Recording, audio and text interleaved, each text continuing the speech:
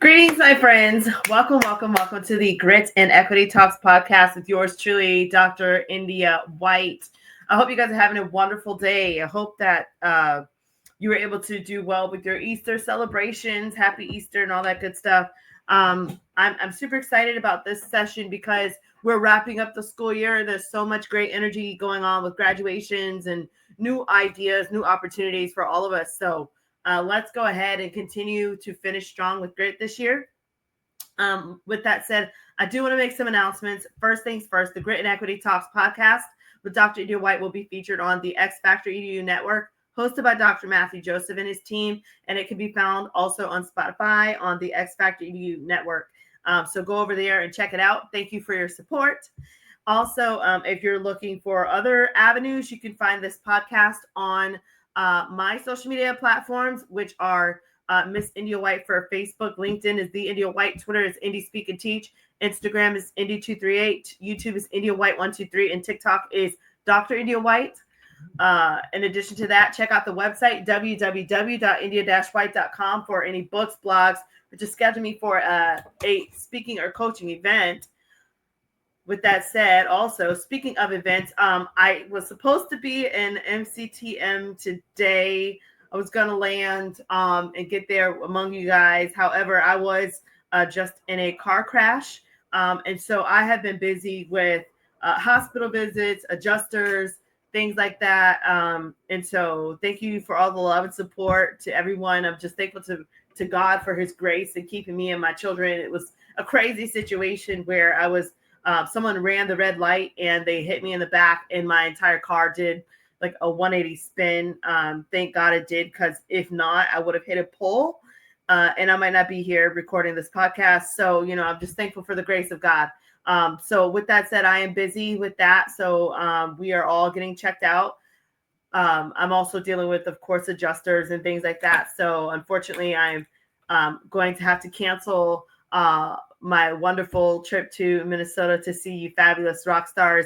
I am going to be sending some things to Minnesota leaders for you guys to check out regarding grit in the grit framework and what that looks like as you're building a gritty thinking classroom. So please be on the lookout for that, and for additional resources and opportunities for you to get resources still at a discounted price, because you guys did ask me to come speak. And it'll be my way of kind of just saying thank you and sending my love in the midst of my absence there. With that said, I also want to thank all of you guys that have been checking out the Grit Mini Workshop. It's on the Grassroots Workshops website with Robert Kaplinski and the team there. Thank you, Robert, for this opportunity. I know that you guys have a million things to check out before you even think about grit. But the thing I love about grit is like the glue that keeps all of these fabulous ideas together. So with that said, check out a little bit of grit while you're on that platform as well. And I'm so excited to hear about the results of how it's all going. Also, the Grit Academy, it's been here. If you're needing tutoring for your students, maybe you're teaching seniors, or you have a senior, or you have any student grades K-12, I am willing to support them, my team and I, up to calculus. So get with us when you get a chance. And so with that said, this podcast is if you are trying to close the achievement gap, but you've been having classroom management issues, or your students aren't motivated to do work, join me where we could talk about different strategies that we need to do to cultivate grit and build grit as we talk about things on the Grit and Equity podcast. Speaking of that, today, I also want to remind you guys of the Grit calendars. Please make sure you get your copy of the Grit calendar. You'll see it here, 2025 Grit calendar, just for you guys. Check it out. It's a great opportunity. Some of you guys are planning. I know some of you are already making calls for the upcoming school year and what you're wanting to do. Thank you to all of those that have been calling me and contacting me. Yes, I am available for 2026 and for the rest of 2025 and for your openings in your school. So please spread the word, spread this podcast so that I can help you guys wherever I'm supposed to be. Now, with that said, I want to come on here and talk with you because we are wrapping up the school year. People need new ideas, but some of us have been going through different roadblocks, mental blocks, things like that. And I know some of you are like, India, we're trying to keep a growth mindset, but how? So I want to come in here and talk with you about how you can eliminate roadblocks through grit. I want to talk with leaders, teachers, parents, everyone. Because I think, what happens is, especially in the world of education, you get so comfortable doing the same old. You have your faculty meeting on Tuesday or whatever it is. You have your bus duty at the end of the day. You have your teacher duty through the day. You're answering the emails from district. You're having professional development, your PLCs. You have the testing coming up. A lot of you guys have standardized testing coming up, whether it's SAT, ACT, district-wide tests, statewide tests. Even some of you have done NAEP, which I don't know if NAEP's going to be around much longer. But anyway, so you have all of these different tests and things that you're doing. And you can get caught in a cycle, right? You just get stuck in a rut, stuck, doing the same thing. We've always done it like this. It's always been that way. And sometimes we get comfortable with that because we don't like change. Because if it works, why fix it? Why break it? But I want to come in here and say that maybe some of these practices and things like that are causing roadblocks, but we have to learn how to eliminate those roadblocks through grit. So I'm going to talk with you today about how you can eliminate roadblocks through grit, having a growth mindset, having the resilience enough to actually break those barriers, and then to have enough self-efficacy to believe that you can do something greater. And then time management, being able to hold yourself accountable as you're, pursuing good change and growth. And so with that said, from me, my love to you, I want to talk with you about how you can eliminate some of these mental roadblocks. First off, you want to rewire your brain for some positive thinking. What have you been thinking lately? What are you saying? Oh, these kids aren't going to pass. Oh, my teachers aren't going to make proficient, gains for our students. And, what are you saying? How can you rewire those thoughts? So the first things first is you need to, if you're struggling with this, I would recommend that you get pencil and paper and write out, what are your thoughts? Are your thoughts mostly negative towards someone, something, whatever? What's affecting your thoughts? Is it the news, politics? Like, what's affecting your overall opinions and the way you do business? Is it working for you? If you find that you're in a rut, then I want to also encourage you to consider positive affirmations. There is nothing wrong with considering positive affirmations and getting quiet and learning how to rewire what's going on in your mind and what you're telling yourself. Some of us have been telling ourselves bad stuff since we've been like teenagers. You're not going to amount to nothing. You're good for nothing. You're always going to be broke. You're always going to, like all this foolish stuff. Or others have told us that, and we've kind of just had the subliminal message of failure, of poverty, of hatred, of insecurity, of worthlessness, and it's one of those things, like, you have to choose, like, I'm not gonna succumb to this and just let this overtake me. I'm going to do something different and bounce back. I'm going to get out of this. I'm going to rewire myself so that I can go on and continue to pursue my destiny. So I want to just encourage you guys to consider positive affirmations. Start thinking about what you've been told. Write out those quiet thoughts, and you'd be amazed. Some of you will be amazed as you do this, because you probably don't even realize that you've been dealing with some things. Then 3, give yourself permission to rebrand yourself. There's nothing wrong. Perfect example of this kind of is Michelle Obama. I don't really talk about politics, and I'm not here to talk about politics. I'm here to talk about her brand. I don't know if you remember, but Michelle Obama, when she came on the scene, she was very classy, first lady. Hair was always short, curled, presidential. She always wore those, presidential first lady outfits. After she hung up her role as president's wife, as first lady, this woman became herself. She started doing her hair whatever way she wanted. She started dressing whatever way she wanted. She wrote a book. She has a podcast. She's doing her thing. She's rebranded herself from just being first lady. She's putting her doctorate to use. She is amazing, because she's a perfect example of what rebranding yourself looks like. I thought that was just really neat that she was able to go from such, all eyes on her all the time, to say, I'm going to live my life and have fun. and I'm rebranding myself and giving myself permission to be great in other areas. Some of you were rock stars in a certain area, and maybe doors are closing, and maybe you feel like your time has ended there. And now maybe you're feeling like you don't have a purpose, or maybe you're feeling like things have dried up. I want to encourage you to shift your vision and to shift your perspective and to understand that other doors and other opportunities can open. You might have been a great educator, but maybe you're also a great podcaster. Maybe you're also a great gardener. Maybe you're also a great YouTuber. Maybe you're a great real estate person. Maybe you're a great nurse. There's so many people that have more than one profession. It's okay to brand yourself again and to take up another profession. Just because a door closes doesn't mean that all doors have closed. There are several other doors opening for you. There are so many people waiting to work with you, to do business with you, to contract with you. Yes, you, those out there that you feel like doors are closed, or maybe you lost your job, or maybe, whatever. People are waiting on you and your gifting and your talents. Nobody can replace you. So don't get it twisted. Don't think that because some people rejected you or made you feel like trash, or maybe they don't like your brand, they don't like you as a person, the way you showed up, they don't like your culture, they don't like your language, they don't like your gender. I don't care. They're not the last say. There are millions still waiting to work with you. So be encouraged and wipe your eyes, change your focus, and go take advantage of those that really want to work with you.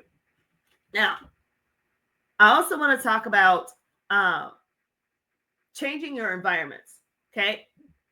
This is perfect because when you're trying to change environments, it's so exciting because you get fresh air, fresh energy, fresh people, fresh ideas, right? And you get to have permission to develop again and to become that butterfly and to fly and to go forward. Leave off the dead energies and the toxic people and the mess. Okay. All of us have enemies. All of us have negativity. All of us have mistakes, skeletons in our closet, right? Focusing on that is not going to help, right? So just choose to go on and be great and leave behind the people that just couldn't go with you, the things, the opportunities, ideas that couldn't go with you. Okay. And then, of course, ignore the noise. So I've been saying this for years.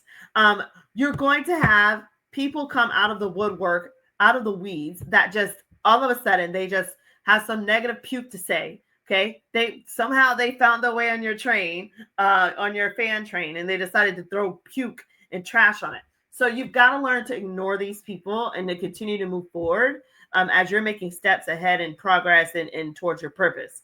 Because having your mind set on the ultimate goal is key. That's what it's all about. Okay. You're not going to please everybody. Somebody says that out of 10 people in the room, there's one person that always will not like you, period. There's nothing you've done. And guess what? They had the right to not like you. There's also, people that say what other people think about me is none of my business, right? Sometimes you get so caught up trying to find out put out fires and try to find out what this person said or what this person thinks. Who gives 2 cents? Nobody cares. Go on and do your business. Go ahead in your purpose. Repackage yourself, rebrand yourself, do whatever, change your environments, do whatever you need to do, and hang around people that will celebrate you and not tolerate you. Why are you putting up with toleration? Rewire yourself, rebrand yourself, eliminate those roadblocks through grit, having that growth mindset. Be resilient enough to start over, okay? Have enough self-efficacy to believe in yourself and to believe in your credentials and to know that you are more than what your enemies and your haters are saying, okay? Have enough time management to put this thing to a plan. Use the grit calendar, okay? Do something and say, I've got more in life, for me. I've got so much more left of life to live, God willing. I have so many more opportunities and ideas. There are so many other people willing to work with me. That's another thing. Some of you are like, I feel like you're feeling like maybe you've lost some people that used to hang out with and things that maybe you feel like, oh, that's over, the door is closed. Well, guess what? That one might be closed, but there's like 10 more waiting for you. So don't get lost in the concept of this was my only source of hope. This is my only source of people that want to work with me. No, that's hogwash. Okay, so I hope that this episode is encouraging all of you. Now, what I want to do is talking about how to move past mental roadblocks, emotional roadblocks. Let's hear what she has to say. Now, people say that time heals, but if you ask someone with severe anxiety or PTSD, they'll tell you that it doesn't. Or if you ask someone with depression if thinking about their emotions or their thoughts helps, they'll often say that it just makes them feel worse. So here's the thing. Usually what's causing our mental block is that instead of processing through an emotion and coming out the other side, something that we're doing is leaving us cycling, going in a circle and constantly getting stuck. One definition of insanity is doing the same thing over and over and expecting different results. I think that was interesting that she's talking about insanity. Some of us are stuck in those mental blocks, those circles, like she's saying there. Don't be insane. Just change. You're right. Just change. If I'm going to be honest, if you don't like the way you feel and you don't like the way things are lining up for you, it's time for you to change. It's time for you to find new people.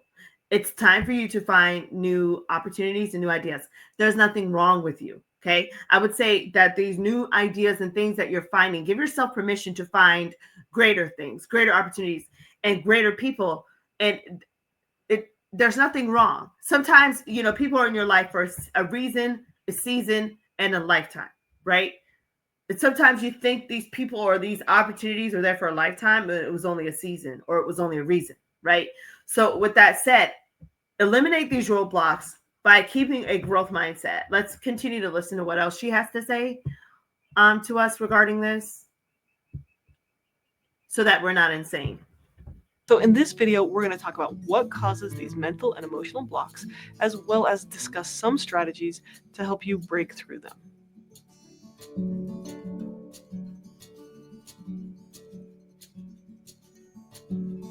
BetterHelp has sponsored this video, and they make it really easy. So, yeah, I don't want to get flagged by BetterHelp. Let me keep going. Give you a couple of examples. So with anxiety, it's common to avoid the things that make you anxious. So if you're afraid of dogs and you avoid them, that sends a message to your brain that the only reason you survived those dogs is because you avoided them, which your brain takes as a signal to make your anxiety worse around dogs. Sorry, that was really cute. That dog with those double horns. Oh my gosh. The dog sitting there like, what? Anyway, let's fast forward through this chick. Unless it makes me too sad or anxious, or if it gets too uncomfortable, then I'm not going to think about that anymore, right? So if you're not allowing yourself to feel your emotions, then you're going to start cycling through them, right? Because emotions serve a function, and they're going to keep popping up until you resolve whatever problem they're asking you to resolve. That's good. So if we go back to the fish processing, I like that. So basically, a lot of this stuff is because there are problems that we need to resolve and we're not resolving them. You're trying to avoid them, trying to be cute and dance around it. When there's a big elephant in the room, you're going to have to deal with it. So now let's try. 6-year-old. So if we're watching this movie and it's like The Lion King, and as soon as we get to the point where there's like the stampede and Mufasa dies, and that is really sad, right? That's the point where she wants to turn the movie off.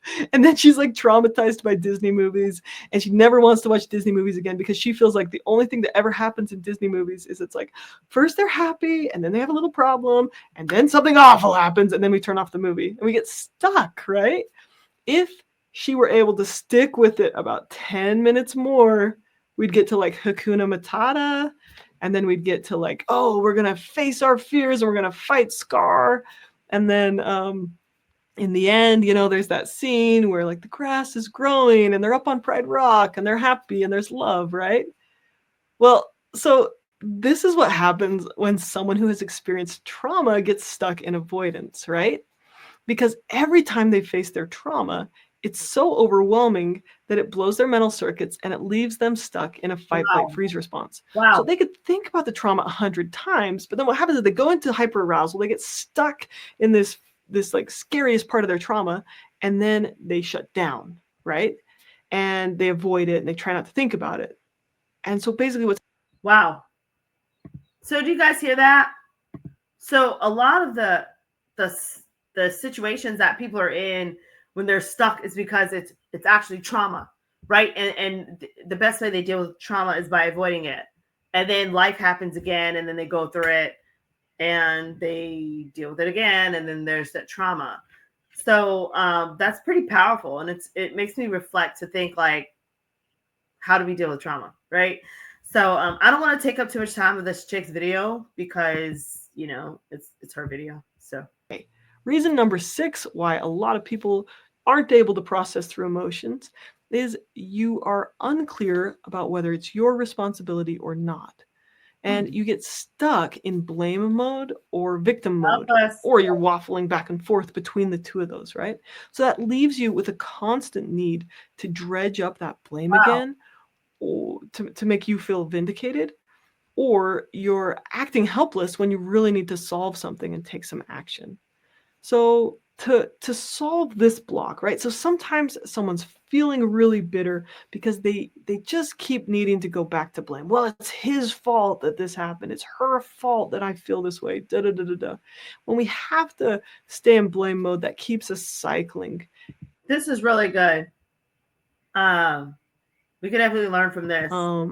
It keeps us cycling in that emotion over and over and over again. So to solve that, we really need to get clear on our responsibility. And one of the ways to do this is to do the locus of control activity. It's also important to learn the skill of forgiveness. Forgiveness, exactly. And so that's a little bit there about how we can eliminate roadblocks. One is finding out responsibility. I think, especially in the world of education, there's a lot of people we can blame. There's a lot of fingers you can point to. But if it's, for instance, if it's my class, at the end of the day, it's my class teachers. And if the students didn't pass, it's my class teachers. It's on me, right? I can't keep blaming Johnny and Johnny's mom and Johnny's neighborhood and Johnny's sports. And no, I need to take responsibility. I could have done more. I could have done more to help Johnny get through. If your teachers aren't rock star teachers, principal, sorry, let's point to ourselves. I could have provided more professional development. I could have been nicer at faculty meetings. I could have, maybe opened up more. I could have, during evaluations, I could have been more sensitive, more keen to what was going on, the big picture things. Those are some things that we have to just start taking responsibility for and stop blaming and pointing the finger, like that rock star said. So with that said, let's do better by owning up and also releasing, choosing to forgive. I mean, what do we accomplish when we hold on to bitterness, unforgiveness, grudges, I told you so moments, gotcha moments? What do we benefit by getting back on people? Like, for those out there that you hold power and you get to destroy people's lives or make people's lives, you get to promote, demote, you get to take, you get to keep, you get to whatever. What does it benefit from you now that you got that person back? How do you feel? Like, what did that do for you? What did that do for your company? What did that do for you, like, overall? I think, I just think, like, how many times do you have to have this grudge satisfied or this bitterness fulfilled? When are you gonna, like, get it together and realize that we are here? We need each other. We're here for one another. This is why I try not to get vengeance, because there's a scripture that I live by, and it says, "Vengeance is mine, says the Lord. I will repay." Now, I know this isn't about church or God, but it's a principle of things. I've learned that if I do not take matters in my own hands and people screw me over, people rip me off, people steal from me, people lie about me, people put my name down, whatever. I have learned a powerful principle to not even touch the situation, to let the Almighty God fight for me. And you would be amazed to see the vengeance. I'm talking, it's at such a level that I couldn't even fathom some of the things that God has done on my behalf. That when I just give it to God and I forgive and I release and I eliminate these roadblocks by keeping a positive mindset and moving forward instead of harnessing bitterness and stuff, those things that keep you blocked and stuck. I'm telling you, it's like you enjoy life so much more. It's just it opens up life and doors and so many more opportunities, you know, um, and great things happen as a result. I've just learned to just have forgiveness and to keep moving forward. I've learned that rejection is protection. If somebody rejects you, there's another door waiting for you. If one door closes, there's two more open waiting. You know, if a door closes, there's even a window open. You know, so just take courage and just know that because you're still alive, you still have purpose. You're still here. You're still needed. So continue to move those roadblocks out of your way. I want to now show one more video about neuroplasticity. What if I told you that the key to unlocking your brain's full potential lies in understanding neuroplasticity? In today's video, we'll explore how you can rewire your brain, enhancing your mental resilience and overall well being. I'm Dr. Tracy Marks, a psychiatrist, and I help strengthen your mind and fortify your brain to build resilience. When you grasp how neuroplasticity works, you'll realize that change isn't just possible, it's within your control. And today is a deeper and function through your experiences and behaviors. Neuroplasticity does work both ways. So, negative thinking and behaviors also reinforce certain pathways in the brain. However, once you start replacing those negative habits with positive ones, the new pathways begin to take over, helping you become more mentally strong and adaptable. To understand how neuroplasticity works, let's look at the basics of brain structure. Your brain consists of billions of neurons, which are the cells responsible for processing and transmitting information. These neurons or nerve cells communicate with each other through connections called synapses. When you learn something new or have a novel experience, your neurons form new connections or strengthen existing ones. And this process is called synaptic. So this chick, she has a lot going on. She's amazing. For the sake of copyright, I'm gonna skip some of this. So she's talking about now like the benefits of it and strategies on focusing on how to rewire your brain On neuroplasticity. Now let's look at some practical strategies to harness the power of neuroplasticity and build mental strength. I'm going to give you 3 strategies. One is learning new skills. Challenging your brain with new activities stimulates the formation of new neural connections. Becoming aware of your thought processes and learning to regulate them effectively. metacognition. Here's how you can practice metacognition. One is self-reflection. Regularly take time to examine your thoughts and reactions. Ask yourself, why did I respond that way? Or what assumptions am I making? Next is thought journaling. Write down your thoughts and analyze them. About was the second strategy to build mental strength using metacognition and mindfulness. The first one was learning a new skill. The third strategy is to engage in activities that challenge your brain, such as puzzles, strategy games, or brain training apps. Awesome. Even though the clinical effectiveness of brain training games is debated, any activity that engages your mind can contribute. She's cool. So yeah, she had a lot to say. Because I don't want to get flagged for copyright, I decided to just have her say a little bit and stop it. Okay, so the cool thing though is so we learned you can rewire your brain with challenging activities, metacognition focus by self-reflection, and then the other things that she recommended. So I think it's pretty neat. So a question that we all have to ask is, do you have a new activity going on? Do you have new people in your life? What are you doing to kind of strengthen your brain? How are you doing the self-reflection? I want to say this too. When you're self-reflecting, it shouldn't be like, oh gosh, I'm an idiot. Oh, I'm a failure. No, that's not healthy self-reflection. Okay. Make sure that you're still being positive and open-minded and optimistic as you're doing your self-reflections as well. So guys, listen, that was pretty cool. If you want more on her name is Dr. Tracy. She's doing neuroplasticity. She's fabulous, by the way. With that said, guys, it has been a fabulous time hanging out with you on the Grit and Equity Talks podcast. And so thank you for joining me on the Grit and Equity Talks podcast. Again, this podcast will be featured on the X Factor EDU network hosted by Dr. Matthew Joseph, and you can find it on Spotify. You can also find it on all of my social media outlets. Facebook is Miss India White. LinkedIn is the India White. Twitter is Indie Speak and Teach. Instagram is Indie238. YouTube is India White 123. Dr. India White is TikTok. Threads is Indie238. Blue Sky is Dr. India White. You can check out the website www.india-white.com for books, blogs, or to schedule me for a speaking and coaching event. To all of my Minnesota peeps, I love you. So sorry I'm not going to be there, but I'll see some of you at the next conferences. FCTM in Florida, that is in June. NCTM, can't wait. The NCTM-NCTE joint conference, I'll be there. I'll be there at Can't.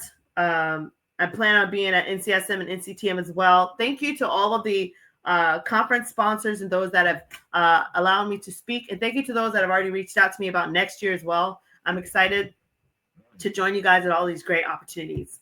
And then, of course, Grit Mini Workshop, Grassroots Workshop website. Go check it out.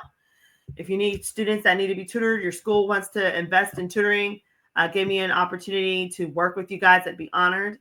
Don't forget to get your Grit calendars, okay, for planning. And with that said, guys, remember that this podcast in particular is if you are trying to close the achievement gap, you're having classroom management issues, or students aren't motivated to do work, you can join me each time on the Grit and Equity Talks podcast. It has been a blast. Thank you so much again for joining me. And remember to have great resilience in time. Until next time, guys, stay gritty. See ya.